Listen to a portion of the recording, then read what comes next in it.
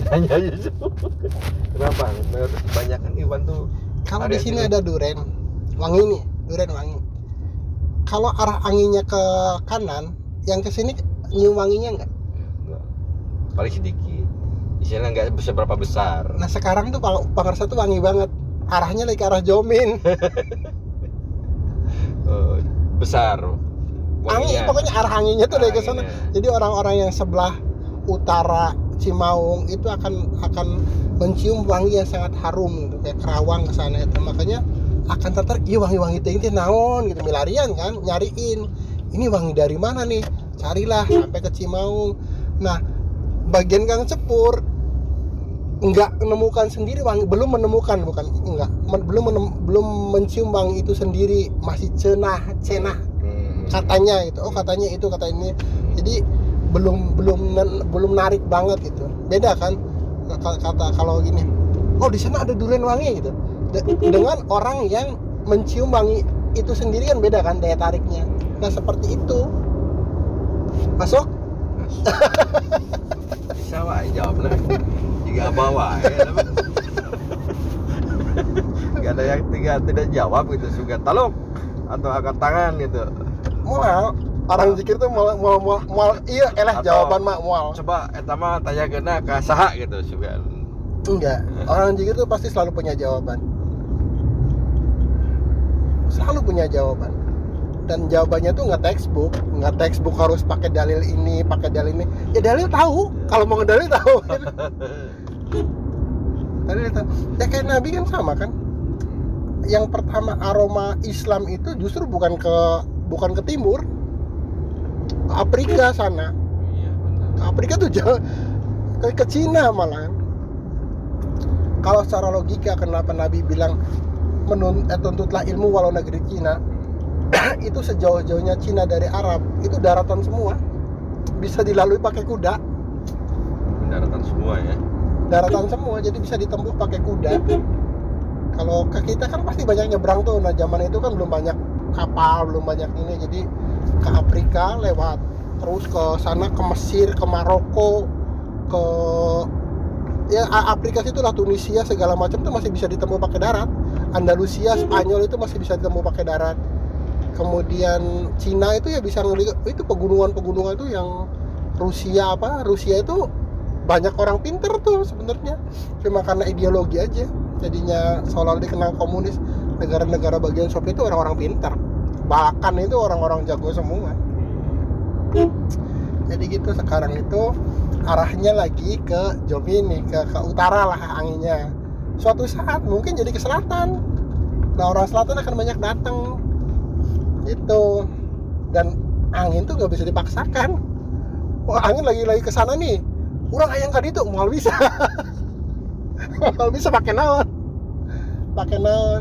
ya, kecuali dipaksakan tuh kalau pesawat gitu ya, kalau ada mesin khusus gitu. Tapi kalau cara alami angin itu ya seperti itu, ada angin barat, ada angin timur, ada angin selatan, ada angin utara, ya kayak gitu. Itu apa namanya, logikanya seperti itu. Nanti suatu saat mungkin dengan adanya Kang Cepur, adanya Kang Parman di selatan, kabawakeun teh angina teh nuturkeun Kang Cepur. Oh wanginan nepi ka Jatiluhur nih, kayak banyak Jatiluhur ka dia. Suatu saat mungkin kayak gitu. Ya, siapa yang bisa nebak angin? Dan sampai sekarang area kecamatan ya, kecamatan Jatiluhur itu belum ada majelis cabang atau majelis zikir. Jangankan yang ditunjuk Pangarsa ya, seperti Restu Bumi, Al-Mundajati, untuk seperti kumpulan aja seperti majelis As-Sadar, kan? Itu kan belum ada. Nah sana orangnya si orang zaman lagi eueuh. Ya minimal kan di Purwakarta Kota. Kan Kecamatan Purwakarta Kota.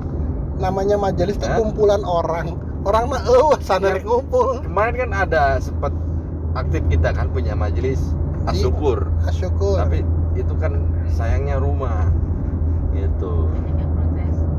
Iya, terus tempatnya agak susah terjangkau, Bu.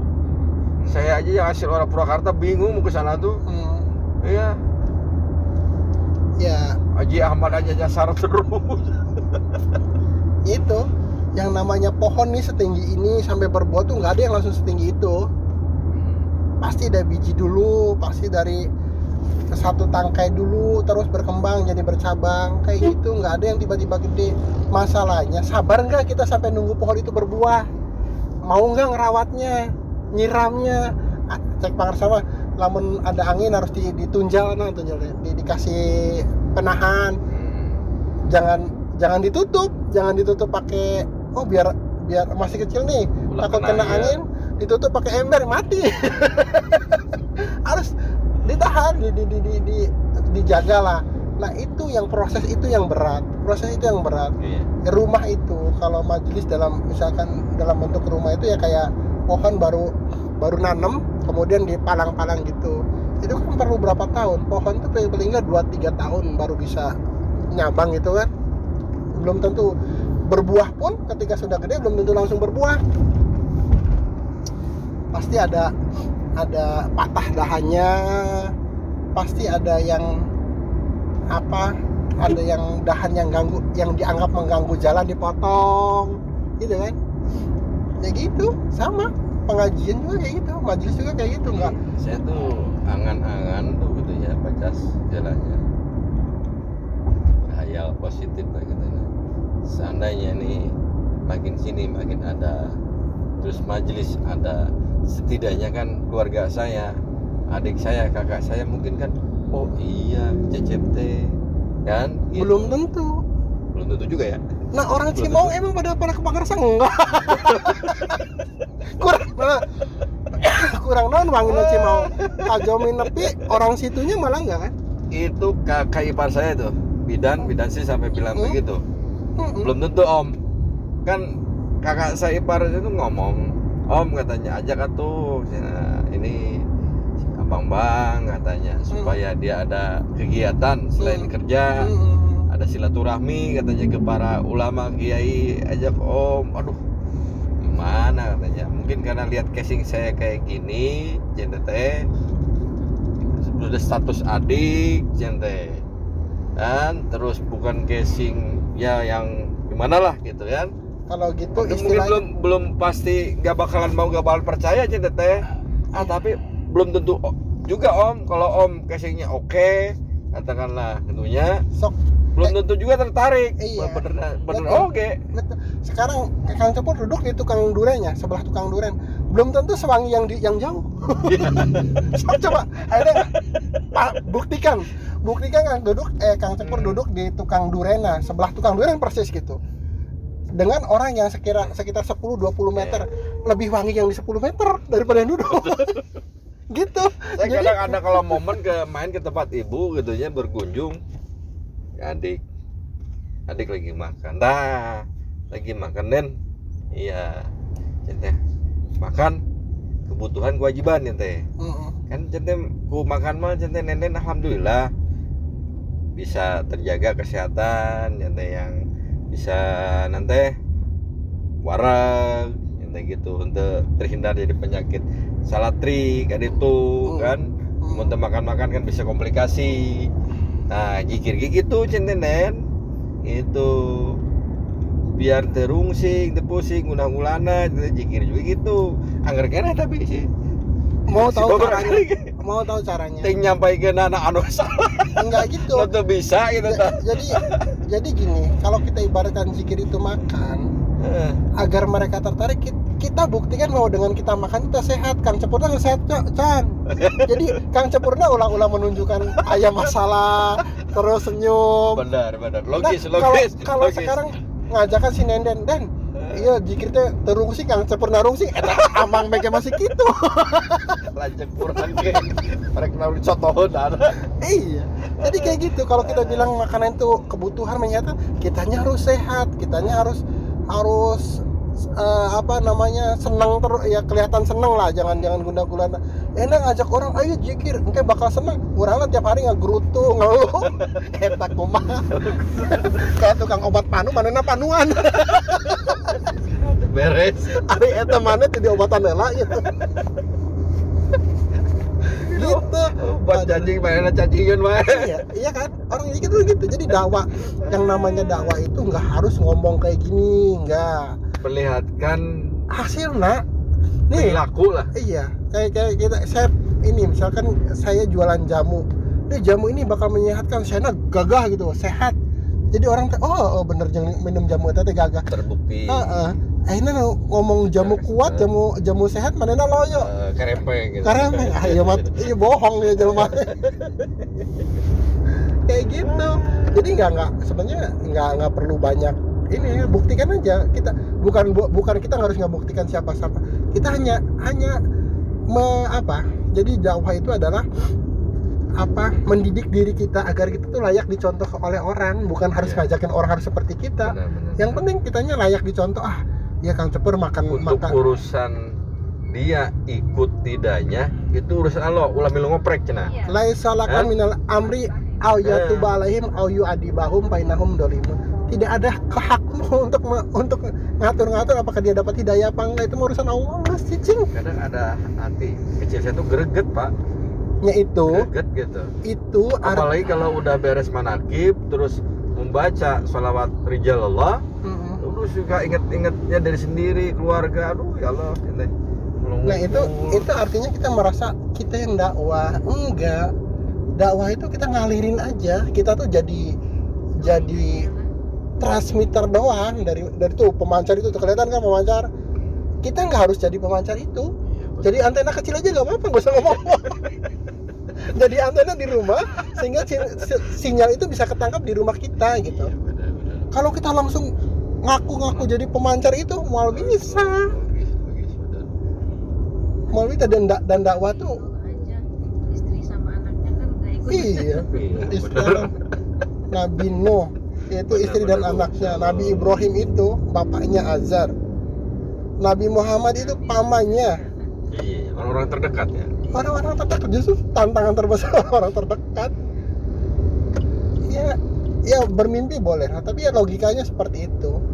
Orang yang duduk di depan tukang minyak wangi, tukang durian itu belum tentu sewangi mereka yang jauh dari situ gitu. Itu yang sekarang di sekitaran CH coba ada emang berbondong-bondong gitu. Wajibnya talqin, mau fardu ain, naon sudah stek bengek lah gitu, Pak. Gitu sama saya tuh, adik gitu.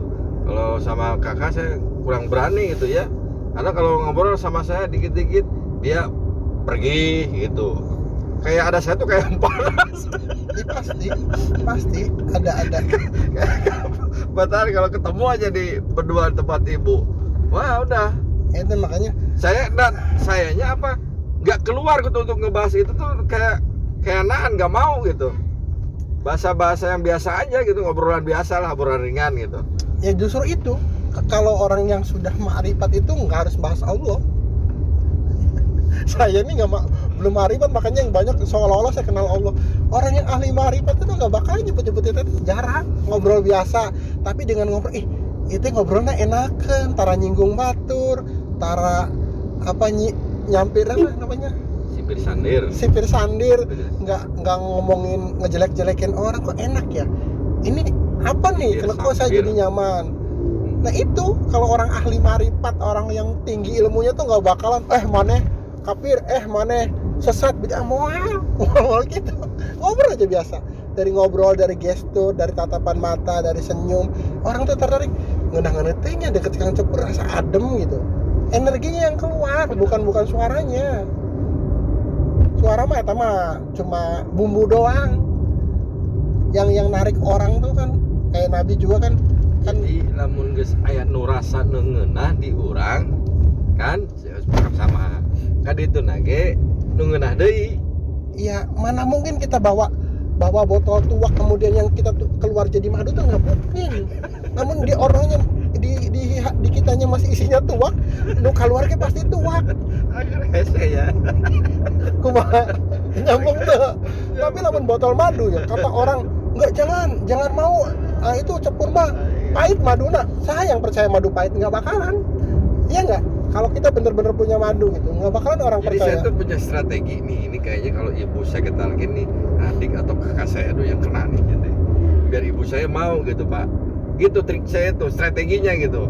Kan? Saya takut salah kalau ngomong nggak bisa diikutin sebenarnya. Ini bukan paten ya. Dakwah ke Allah segala macam itu sebenarnya nggak punya cara dalam tanda kutip. Kan sebenarnya cara Allah untuk mendekat ke Allah tuh banyak sampai nggak terhingga ya. Kalau sedemikian banyaknya artinya nggak ada cara khusus. Nggak ngalir tet. Ya gitu. Yang penting kita pastikan bahwa orang tuh nyaman, lihat kita tuh nyaman ya, lihat kita tuh enak. Jangan kita ngomongin zikir, oh zikir tuh nanti gini, hatinya tenang, ekonominya terjaga, orangnya belangsak lah, kumaha orang mau percaya? Orangnya dikit-dikit, aduh, itu buka duit, kumanya, isukan kia-kia, mual aya, nu tertarik, percaya. Tapi orang tuh ngomong gitu kan, dikit-dikit, mah ini ada rezeki neng, ada rezeki, ini diajak makan lah, di apa pas main ke orang tua bawa buah tangan, di mana cep? Oh iya ayah rezeki mah, ayah rezeki neng gitu. Ke ditu lagi bawa, alhamdulillah gini cepet teh pas dikit jadi sering bawa-bawaan barang bawa, pasti tertarik. 3.000 kan. Iya mah datang, mah buka duit teu nginjem. Kacau sudah. Beres pada setan. Eta ring aku tukang zikir ari ka dieu mah ngariri wah batur. Aku hari ngobrol Allah. Cenah boga Allah masih mentana ka mamah. Ngobrol bapak ya. Pokoknya boga bapak. Ya gitu. Logis Pak, logis bener. Pantesanmu naruh rute. Buktikan. Jadi kalau main ke rumah gitu, kasih neng atau ke mama gitu ya. Bawa apa yang bawa yang kebeli lah apa. Yang kebeli itu apa? Misalnya Kuaci lah. Ya. kuaci tarang ginang kan 10-20 ribu. Mah iya ya rezeki gitu. Nah nek orang ginang mau ditolak iya ke mama mah. Mana kan dia mau orang ginang wong mau. Terus bawa barang ginang. Isu kan bawa peyek, isu kan bawa naon. Iya cepur bagur bekerting teh ngaji di mana kan gitu kan. Hari ngaji diajar naon sih, mana jadi bager kan gitu, jadi kan tertarik gitu. Hari kerja mah lihat ya tuh boga duit mah ya jadi hari eta ngaji teh kumaha. Nyambung juga nih, Pangarsa pernah bilang masih training di saya nembongkeun akhlak teh sarua jeung nyodorkeun akhlak teh sarua jeung nyodorkeun Allah. Iya, Itu agama teh akhlak, adinu akhlak. Jadi mau keningnya hitam kayak areng pun kalau arengnya jelek itu belum beragama. Akhlaknya Allah teh kumpulan amanah kebaikan, segala kebaikan, akumulasi kebaikan, sabarna, tawakalna, dermawanna, cintasna, kasih sayangna. Eta teh satu itulah. Nah, itu ketika kita bisa menampilkan itu, ya itu kita tuh ngomongin Allah sebenarnya. Yang tadi Bang Arsa bilang, kita tuh sedang memperkenalkan Allah kepada orang yang belum kenal Allah. Nah, ayeuna orang mau bilang Allah Maha Pengasih, Maha Penyayang, muka orangnya kecut deh kumaha. Ayeuna orang mengatakan Allah Maha Dermawan, orangnya pelit tak kumaha. Semuanya iya, semuanya. Jadi yang Bang Arsa bilang mengenalkan Allahnya itu sifat-sifat Allah tuh ngawujud ke orang gitu, dari perilaku orang. Karakter HD. Iya. Ada dasar wajah nyodorkeun Allah. Iya betul. Ini orang cerita. Saya di rumah punya durian yang manis yang montong. Pokoknya kalau kamu kesana enak deh gitu, legit banget.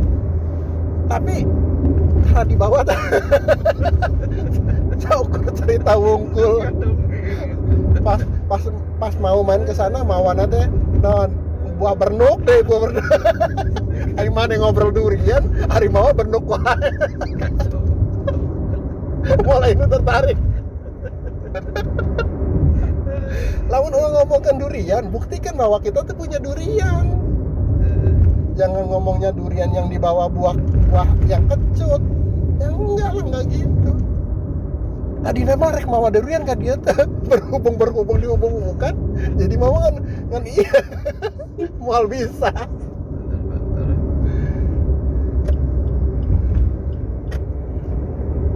Jadi begitu. Kadang saya tuh ini Pak, maksudnya iri ke Iwan yang sampai sampai keluarga besarnya, ibunya, bapaknya, adiknya gitu kan udah ketalkin semua. Kayak keluarga Ustadz Ahmad itu sekeluarga besarnya kan udah semua gitu. Nabi Ibrahim tuh pernah mohon ampun untuk bapaknya. Udah lain bapak mana itu mah hak kami no yang mau ngasih taubat mau enggak. Iya. Kemudian Nabi siapa tadi? Nabi yang pakai perahu itu? Hah? Nabi Nuh tuh. Iya, Ya Allah, itu istri saya, itu anak saya, gimana ya Allah? Mah bukan budak maneh lain istri maneh. Itu mah bukan. Para buat kurang gitu kan. Bukan ya mah. Jadi gitu, nggak ada lain salah kaminal amri tadi. Jadi ya itu kembali ke ngajak itu ya, kayak lagi dakwah itu bahasanya tuh ngajak, nggak ada maksa. Ngajak itu tadi saya bilang apa? Dakwah itu seni mendidik diri kita agar layak dicontoh orang lain. Bener. Udah nggak usah mikirin orang lain tertarik itu. Yang penting mamantas diri sorangan lah. Mamantas orangna kumaha. Lamun pakai baju iya pantas tentu. Lamun pakai kaos iya bajunya iya nyetel ente kan gitu. Kalau saya ngaku ahli zikir tapi masih uring-uringan pantas tentu kan gitu. Kalau orang ngaku ahli zikir, pengamal zikir tapi kabatur masih muka masam pantas ente. Nah itu mah mantas teh gitu. Bener. Mau mantas teh gitu. Kalau setiap ketemu orang, ketemu itu kita senyum, ramah, kemudian kita barang bere, kemudian tara ngomongkan kejelekan segala macam. Itu tuh sama dengan kita dakwah tuh itu, dakwah aslinya tuh itu. Lah ngomong di panggung mah paling beda sejam lah ngapalkan bisa gitu. Insya Allah saya bisa tampil di TV sejam gitu, ngapalkan besok misalkan masalah Maulid Nabi, ngapalkan dah hadisnya iya, suratnya iya, enggak bisa. Tapi yang dakwah asli itu yang sehari-hari, yang orang tuh ngeliat kita tuh seperti apa, yang oh cara ngomongnya seperti pakai lah baju gurunya. Gitu. Jadi kalau bagi saya mah ya dalilnya tuh aksesoris. Yang penting tuh kita udah pakai baju dulu nih, baju karakter, baju akhlak kita tuh dipakai. Nah dalilnya tuh nanti aksesorisnya iya tambah ganteng, oh iya tambah halus gitu. Tapi aksesorisnya dikumpulkan, bajunya dipakai, nempelkan di mana? Iya nggak? Orang hafal hadis, orang hafal iya, tapi orangnya masih tata lanjang. Akhlak kita belum mencerminkan kita orang yang baik gitu. Ya susah era atau aya bros nempelkan di mana tuh pakai baju. Iya bener ya. Jadi akhlak tuh baju kita. Nah, dalil kemudian segala macam tuh aksesoris agar lebih indah gitu. Lebih tertarik orang. Oh, Kang Cepur halusnya geuning itu jas apa namanya? Brosna naonna gitu. Apa sih namanya, pakai pin atau pakai apalah lencana segala macam jadi bagus kan. Sok ayeuna tentara. Aya wing, aya pangkat di dia. Lamun tuh aya bajunya tampilkan di mana? Sorry dalil mah bener. Bener Pak. Logis. Yang penting tuh bajunya ada. Baju itu akhlak itu baju. Akhlak tuh baju. Baju kita. Jadi orang kan lihat baju kita dulu. Oh hejo nih, hejo berarti tentara. Oh coklatnya polisi. Mengenai pangkat mah, oh karek belakangan. Oh pangkatnya iya letnan. Oh iya jenderal kan ketinggalan ada pangkatnya. Tapi pangkatnya rembel kan untuk pakai baju nempelnya di mana? Biar gua bolojol. Pangkat ditempel sampai mau bolojol ya. Iya. Pira aku ditempelkan ke anu badan gitu kayak body painting gitu. Ya itu tuh. Indomaret. Udah nyampe kita. Udah nyampe. Hah? Udah nyampe. Masih cepet enemnya. Kan pakai doa.